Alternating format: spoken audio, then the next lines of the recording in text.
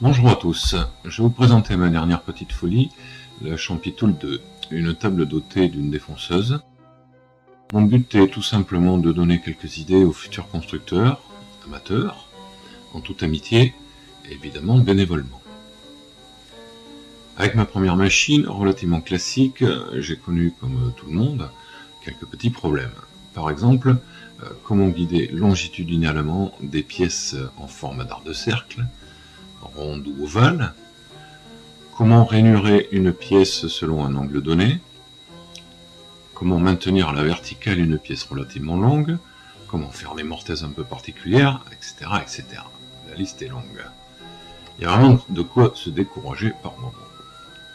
Dans ces cas-là, on rêve d'avoir une machine sachant faire du classique, avec précision, mais aussi du plus complexe, sans oublier un certain confort d'utilisation.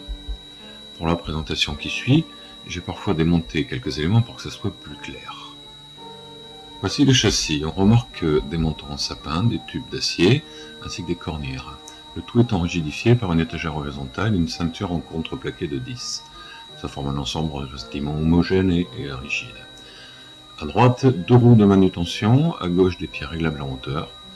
On peut déplacer la machine avec ses deux bras repliables très aisément. À l'arrière, j'ai monté des pieds pivotants dont on parlera un peu plus tard. Je profite de ce plan pour vous montrer l'alimentation des moteurs de réglage. Il s'agit d'une alimentation de PC que j'ai récupérée et transformée pour l'occasion. L'encombrement au sol est d'environ 1 mètre carré, ce qui faisait partie de mon cahier des charges. Voyons maintenant la table de référence. J'ai fixé sa hauteur à 92 cm, ce qui est assez bien adapté à ma taille. Je peux ainsi l'utiliser debout pour faire un tas d'activités, des plus sérieuses aux plus sympathiques. N'oublions pas que j'habite dans une région où on aime déguster le bon vin entre amis. Voyons la partie arrière de la table. Elle est constituée de plusieurs couches. Tout d'abord, un plateau de 26 mm en pin, surmonté d'une plaque de 6 mm MDF. L'ensemble est maintenu par des traverses en hêtre et en acier, qu'on voit un petit peu mieux sur cette image prise lors de la fabrication. Voici le plateau supérieur avec sa plaque de MDF qu'on pourra aisément rectifier ou le cas échéant remplacer. À l'arrière, on trouve un coffre en bois, une espèce de carter abritant des éléments mécaniques. Nous y reviendrons plus tard. Voyons maintenant la partie avant de la table, si vous voulez bien. C'est une surface d'environ 40 cm de large sur 1 mètre de long, disposant de son propre châssis. Celui-ci est constitué d'un ensemble tubulaire de forme triangulaire, ce qui rend cette partie très rigide et surtout autonome. Son plateau est constitué de deux plaques de MDF de 15, ainsi que de traverses en chêne et en acier, afin de lui donner un maximum de rigidité longitudinale. Sur le dessus, la table est équipée de rainures en T, des profilés d'aluminium qui permettent de guider ou de fixer ce qu'on veut sur la surface.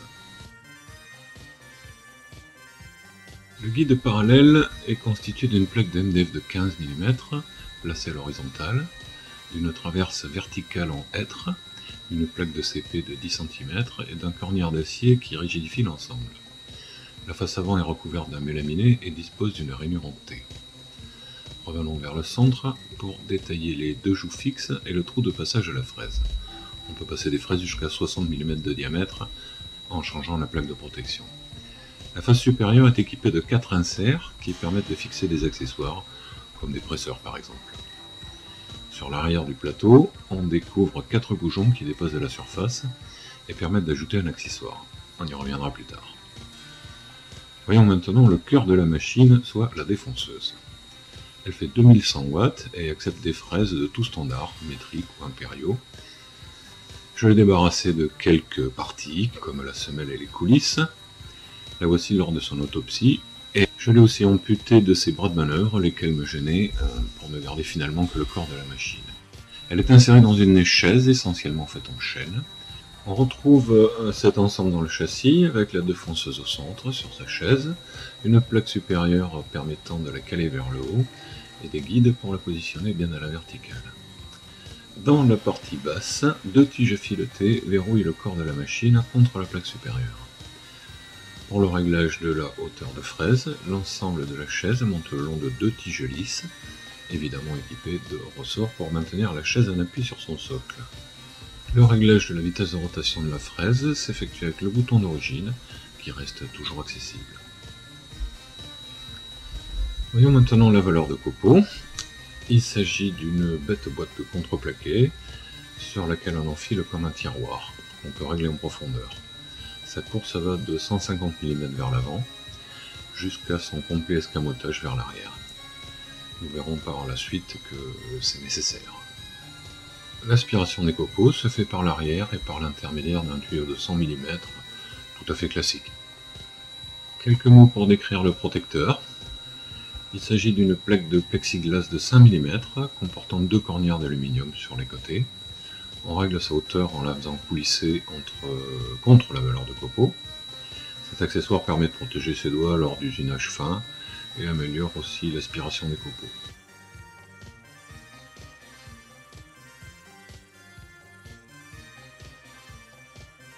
J'ai essayé de regrouper toutes les commandes dans la même zone, soit sur le côté droit de la machine, avec notamment toute la partie électrique dans un boîtier unique. À l'avant, j'ai ajouté un tiroir. On peut y ranger un peu de tout, y compris la documentation de la machine.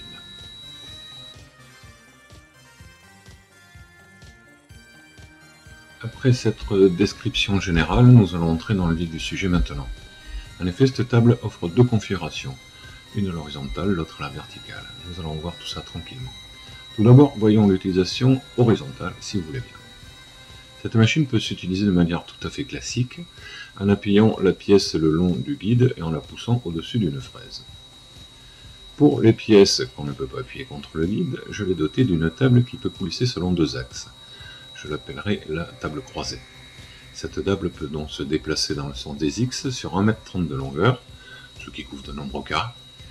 Dans le sens des Y, la course est de 200 mm. Voici comment ça se bouge. Voici une deuxième vue pour voir tout ça sous un autre angle. Ici en X, le guidage est très fin et très souple.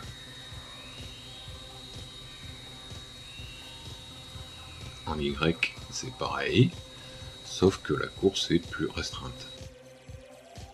Comment ça marche? Pour la translation en X, j'ai copié le principe des glissières de tiroir à billes. Sauf que là, c'est beaucoup plus gros. J'ai enfermé deux trains de 5 billes de 20 mm entre deux paires de cornières positionnées en vis-à-vis. Les billes roulent tout simplement à l'intérieur des cages que forment les cornières. Sur le dessous, j'ai rajouté des ressorts permanents assez costauds. Ils maintiennent les billes au contact des glissières de manière permanente, afin d'assurer un déplacement le plus rectiligne possible. À l'avant, on retrouve un réglage permettant de limiter le déplacement en X. Il s'agit de deux butées repositionnables qui coulissent dans une rainure en T le long d'une règle graduée, avec le zéro au centre et en augmentant vers les extrémités. Voici un exemple d'utilisation de ces butées. Dans le sens des Y, c'est à peu près le même principe, avec un réglé positionné le long d'une règle. Il suffit de déplacer une des deux butées et la verrouiller en face de la valeur désirée. La table peut ainsi se déplacer jusqu'à la butée et respecter la dimension donnée. On peut évidemment verrouiller la table croisée, d'abord dans le sens des X en utilisant un gros bouton moelleté qu'il suffit de visser pour verrouiller le déplacement. Pour l'axe des Y, il suffit de remplacer la butée à la position 0 d'origine. Une fois les coulisses bloquées, la table redevient une table fixe classique. Quand on utilise une table croisée, il est nécessaire de pouvoir fixer les pièces sur la table. J'ai donc fabriqué quelques paires de brides qui assurent ce rôle dans la majorité des cas. On peut également utiliser un guide angulaire de manière classique en le faisant coulisser dans une des rainures de la table, ou bien en utilisant la table croisée. Il faut pour cela évidemment verrouiller cet élément sur la table croisée et déverrouiller l'axe X de déplacement. On se retrouve ainsi avec un assemblage qui peut être usiné en toute sécurité sous un angle donné.